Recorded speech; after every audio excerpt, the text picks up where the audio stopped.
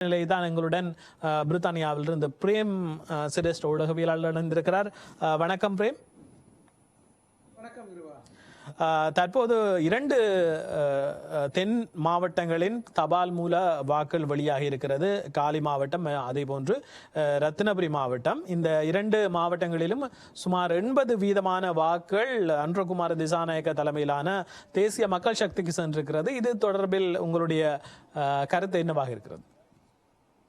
நீங்கள் கூறியது போல இது அனுர அலை என்பதை சொல்வதற்கு இது கொஞ்சம் ஏர்லி ஸ்டேஜ். அதாவது பொதுவாகவே இந்த தபால் மூல வாக்களிப்பில் எந்த ஆட்சி தரப்பு இருக்கிறதோ அந்த ஆட்சி தரப்புக்கு அதிகமான வாக்குகள் கிடைப்பது ஒரு வழமை. அதன் அடிப்படையில் இந்த வாக்குகள் கிடைத்திருக்கும். ஆனால் நீங்க சொல்லியது போல அந்த 80% வாக்குகள் என்பது ஹியூஜ், அது மிக அதிக அளவாகியால் சில வேளைகளில் இது ஒரு 3-2 பெரும்பான்மையை லீட் பண்ணக்கூடும், அதாவது முன்னகர்த்தக்கூடும். ஆயினும் சற்று பொறுத்திருந்து பார்ப்போம். ஏனென்றால் மக்களின் நேரடி வாக்களிப்பு முடிவுகள் மிக முக்கியமானவை. ஆனால் இது நிச்சயமாகவே எதிர் அணிகளுக்குரிய நல்ல செய்தி அல்ல. குறிப்பாக பார்த்தீர்களானால் இந்த வாக்களிப்பு மந்த நிலைமை குறித்து பேசியிருந்தீர்கள். உங்கள் கணிப்பு ஓரளவு சரிதான். இதனை லொக்யாம் என்று கூறுவார்கள். அதாவது எதிர்கட்சியினருக்கு சோர்ந்து விட்டார்கள். எதிர்கட்சியினர் இந்த அனுரகுமார திசாநாயக்காவின் இந்த அரசு தலைவர் தேர்தல் வருகையின் பின்னர் அவர்கள் சோர்ந்து விட்டார்கள். அவர்களால் முறையான பரப்புரைகளை முன்னெடுத்து செல்ல முடியவில்லை. அதனால் அவர்களுக்கு ஏற்பட்ட அந்த வாக்கு வீழ்ச்சி தான் நாடளாவிய ரீதியில் வாக்களிப்பில் ஒரு மந்த நிலைமையை உருவாக்கி இருக்கிறது. இதனை முன்னாள் அரசு தலைவர் ரணில் விக்ரமசிங்கே கூட ஏற்கனவே வாக்களிப்பின் போது அவர் ஒரு கைது இருந்த அரசியல்வாதி என்றபடியால் இவ்வாறான ஒரு வாக்களிப்பு வீழ்ச்சி வரும் என்பதை காலை தனது வாக்கை பதிவு செய்யும் போதுவே எதிர்வு கூறியிருக்கிறார். அவரது எதிர்வு கூறல் ஏறக்குரிய சரி. ஆனால் அந்த எதிர்வு கூறலில் அவருக்கு உரிய அந்த வீழ்ச்சியும் அடங்கி இருக்கின்றது என்பது இன்னொரு முரண்நிலை. ஆகையால் அனுரகுமார திசாநாயக்காவுக்குரிய வாக்கு வங்கி அவ்வாறுதான் இருக்கிறது. அது மேலும் முன்னகர்த்தப்பட்டிருக்கிறது. குறிப்பாக வடக்கு கிழக்கில் கூட இந்த முறை அவர்களுக்கு அதிகமான வாக்குகள் ஒப்பீட்டு ரீதியில் தமிழ் தேசிய கட்சிகள் முன்னிலையில் இருந்தால் ஒப்பீட்டு ரீதியில் கட்டாயம் கிடைக்கும். அதனைத்தான் அவர் யாழ்ப்பாண பரப்புரை கூட்டத்தில் கூட அனுரகுமார திசாநாயக்க சொல்லியிருந்தார்.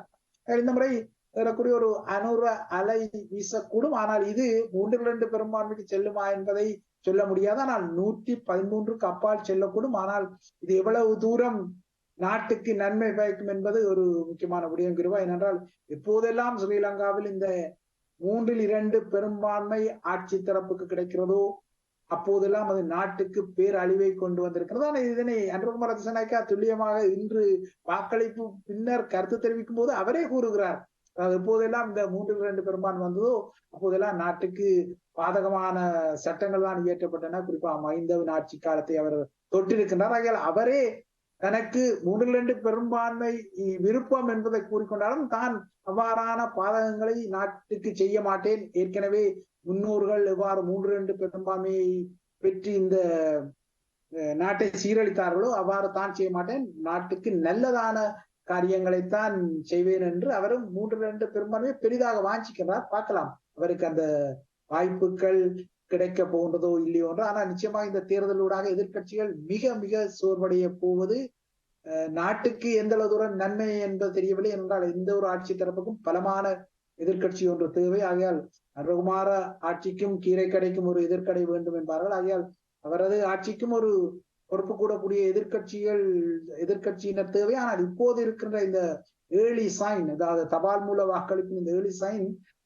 அது அந்த எதிர்கட்சிகளுக்கு அந்த வாய்ப்பை வழங்குமா என்பதே ஒரு முக்கியமான கேள்வியாக முன்வைத்திருக்கின்றன கிருவா.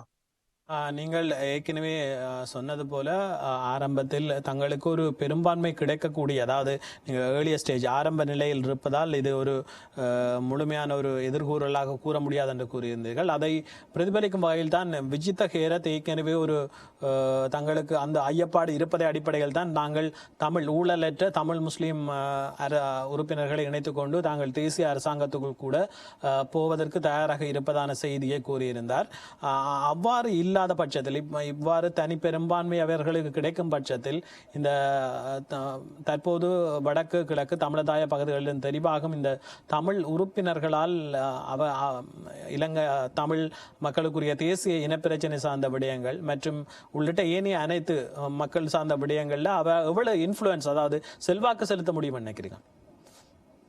இல்லை, அனுரகுமார திசாநாயக்கவை பொறுத்தவரை மிக தெளிவான ஒரு நிலைப்பாடு. அது அவரின் நிலைப்பாடு அல்ல, குறிப்பாக ஜேவிபி மேற்பார்த்த நிலைப்பாடு. நிச்சயமாக அனுரகுமார திசாநாயக்காவும் சரி, வேறு யாரும் சரி, இந்த பகிரங்கமாக தமிழருக்குரிய தேசிய இன பிரச்சனைக்குரிய தீர்வை குறித்தோ அல்லது மாற்று திட்டங்கள் குறித்தோ எந்தவித கருத்துக்களையும் முன்வைப்பதில்லை. உண்மையை சொன்ன போனால் ரணிலை என்னதான் குள்ளநெறி, அரசியல் குள்ளநெறி என்று வர்ணித்தாலும் அவருக்கு அது இயல்பான குணம்தான்.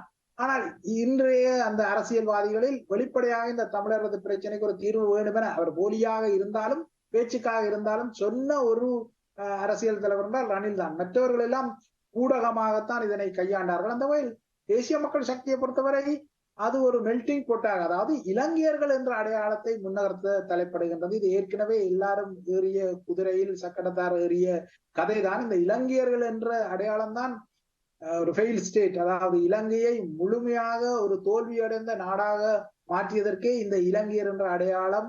அதாவது இலங்கையர் என்ற அடையாளம் தமிழர்கள் எப்போது ஒரு அமெரிக்காவை எடுத்து பார்த்தால் வி ஆர் அமெரிக்கன்ஸ் என்பது ஒரு பெருமைக்குரிய அடையாளம். ஏனென்றால் அங்கு அரசியலமைப்பில் இருக்கிற உரிமைகள் அது கூட இப்பொழுது சர்ச்சைக்குரிய ஒரு விடயமாக வருகிறது, ஒடுக்குமுறை இருப்பதாக.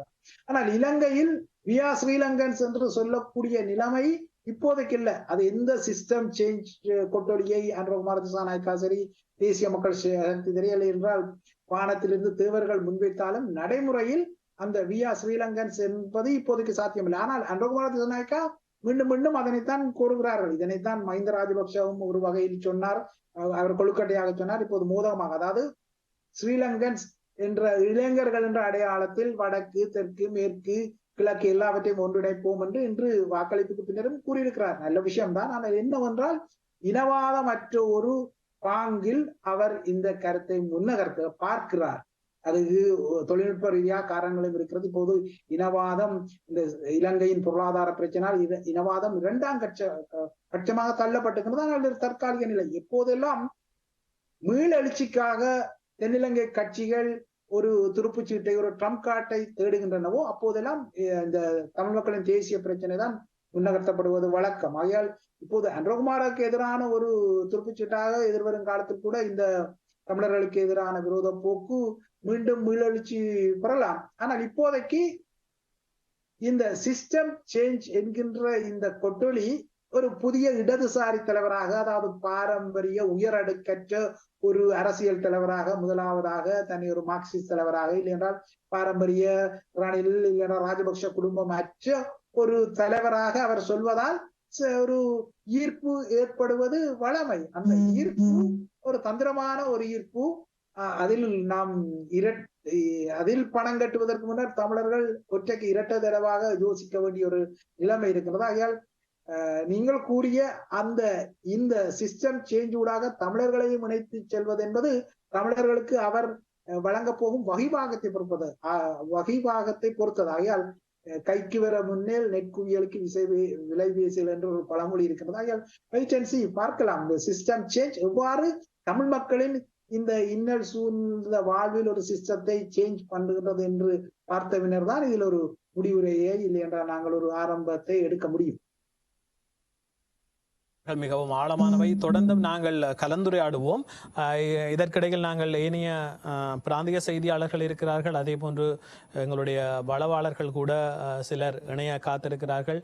நாங்கள் அவர்களில் யாராவதை இணைத்துக் கொள்ள முடியுமா என்று பார்ப்போம்.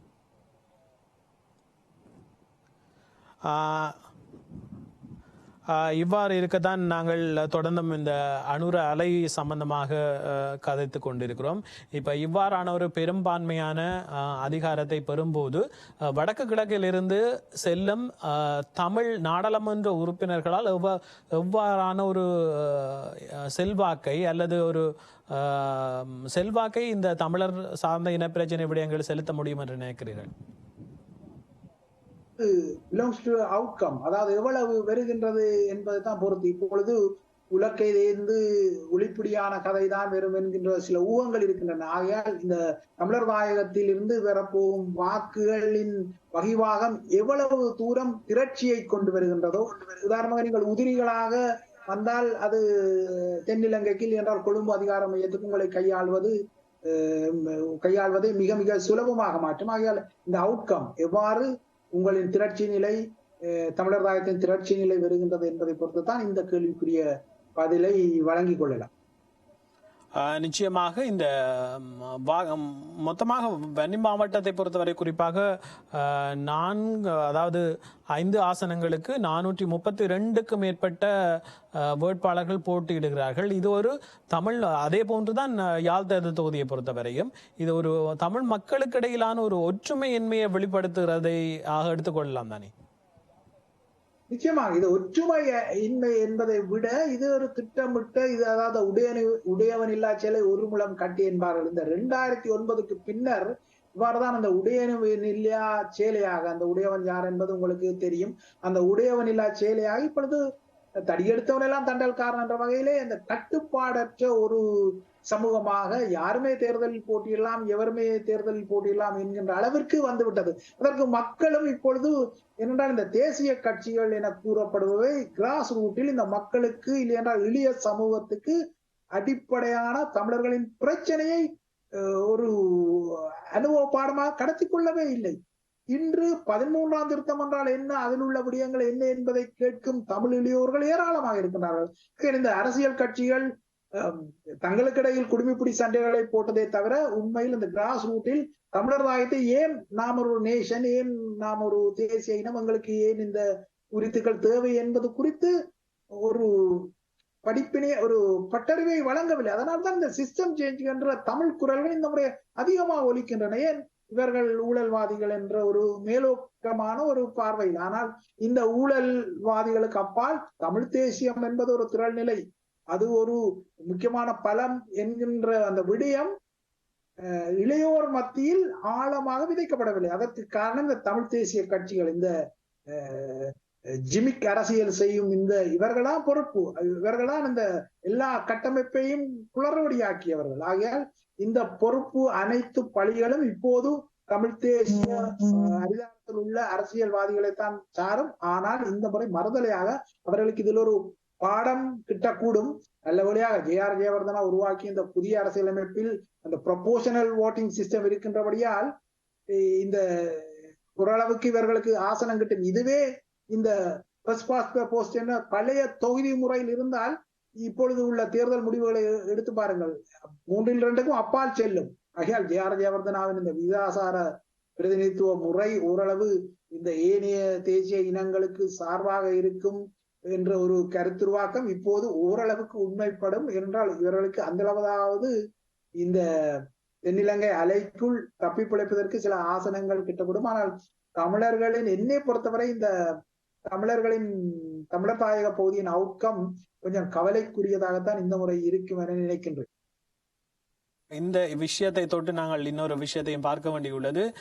தமிழ் தேசிய கூட்டமைப்பு, அதாவது விடுதலை புலிகளின் காலத்தில் விடுதலை புலிகளால் தான் அது உருவாக்கப்பட்டது என்ற ஒரு அடிப்படை காணப்படுகிறது. ஆனாலும் கூட அந்த தமிழ் தேசிய கூட்டமைப்புக்கு தலைமையாக இருந்த இலங்கை தமிழரசு கட்சியின் தலைவர் ரா சம்பந்தன் அவர் மறைவதற்கு முன்னதாக இந்த கூட்டமைப்பானது விடுதலை புலிகளால் உருவாக்கப்பட்டது என்ற விடயத்தை வெளிப்படையாக அவர் பொதுவெளியில் கூறுவதற்கு தயங்கியிருந்தார். அதனை பின்தொடர்ந்து வந்த சுமந்திரனும் அந்த நிலைப்பாட்டில் தான் தொடர்ந்து பயணிக்கிறார். தற்போது அந்த தமிழ் தேசிய கூட்டமைப்பு என்பது முகவரி இல்லாத ஒரு அமைப்பாக போய்விட்டது. இப்ப இந்த பிளவுகளுக்கு அடிப்படை காரணங்கள் என்னவாக நீங்கள் பார்க்கிறீர்கள்? ஈகோ, சுயலாபம், தன்னகங்காரம் எல்லாம் ஒரு கலவையாகத்தான் இருக்கின்றதான். ஏற்கனவே சொன்ன இந்த உடையவன் இல்லாச்சலை முந்தி ஒரு உடையவன் இருந்தபடியால் இவர்களை எல்லாம் அது ஒரு கருவியின் வழி கொண்டு அடக்கமாக வைக்கப்பட்ட ஒரு நிலைமை இருந்ததான். இப்போது யாரையும் யார் கட்டுப்படுத்த முடியாது என்பதால் இந்த தரைகட்டத்தனமாக தமிழ் தேசிய அரசியல் கூறு போடப்பட்டிருக்கின்றது. அதில் எல்லாரும் இப்பொழுது தான் நினைத்ததுதான் சரி என்ற வகையிலும் இந்த அகங்காரம், சுயலாபம் அனைத்தும் சேர்ந்து அதாவது இந்த பேரம் பேசும் சக்தியாக தாங்கள் இருக்கின்றோம் என்கின்ற விடயத்தை முன்னகர்த்தி கொண்டே மக்களை ஏமாற்றியார்கள். என்ன பிரச்சனை என்றால் இவர்களுக்குள் உள்ள இந்த வெறுப்பு காரணமாக இந்த தமிழ் தேசியத்தின் மிக முக்கியமான பலமாக உள்ள மக்கள் இப்பொழுது திசை மாறி திசை காட்டிக்கு கூட வாக்கு போட்டால் என்ன என்கின்ற அளவுக்கு நிலைமை வந்தது உண்மையில் ஒரு கவலைக்குரிய விடயமா. இந்த பொறுப்பை எல்லாம் இவர்கள்தான் ஏற்க வேண்டும். இப்போ பொதுவாக இப்பொழுது தமிழக கலையகத்தில் நடந்த அந்த நேர்காணலை பார்த்தேன். பொதுவாக எல்லாவற்றையும் இந்த வெடிக்காத வானம் எல்லாம் கரவலுடைய வானம் என்ன ஒரு பழமொழி சொல்வது போல எல்லாவற்றையும் ஸ்ரீலங்கா அரசாங்கத்தின் மீது சுமத்த முடியாது.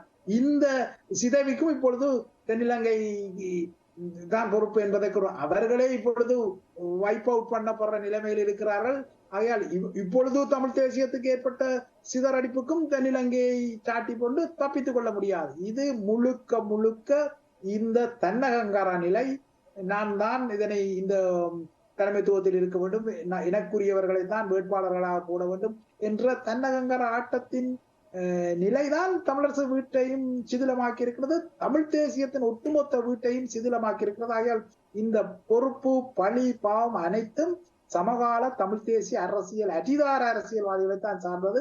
ஆனால் இவர்களுக்குரிய விலை விரைவில் கொடுக்கப்படும். ஏனென்றால் தென்னிலங்கையில் பாருங்கள், யாராவது 3 ஆசனங்களை கொண்ட ஜேவிபி இப்போது இந்த பாராளுமன்றத்தை கையகப்படுத்துவதென நினைத்து பார்க்க முடியுமா? நீங்கள் கடந்த 20ஆம் ஆண்டு இருக்கும் பொழுது அவர்களின் வாக்கு வீதமே 3 வீதமாக இருந்தது. இப்பொழுது அப்படித்தான் ஒரு படிப்பினை, இலங்கைக்கு ஏற்பட்ட பொருளாதார நெருக்கடி, அதன் மூலமாக சிங்கள மக்களுக்கு விழுந்த அடி வைச்ச அடி அவர்களை கிளர்ச்சி செய்தது. அவர்களே வீரியோ சூரியோவாக கொலுவிருத்திய சிங்கள சிங்கம் என கொலுவிருத்திய கோட்டாபாய ராஜபக்ஷ உட்பட்ட ராஜபக்ஷ குடும்பத்தை அடித்து துரத்த வைத்தது.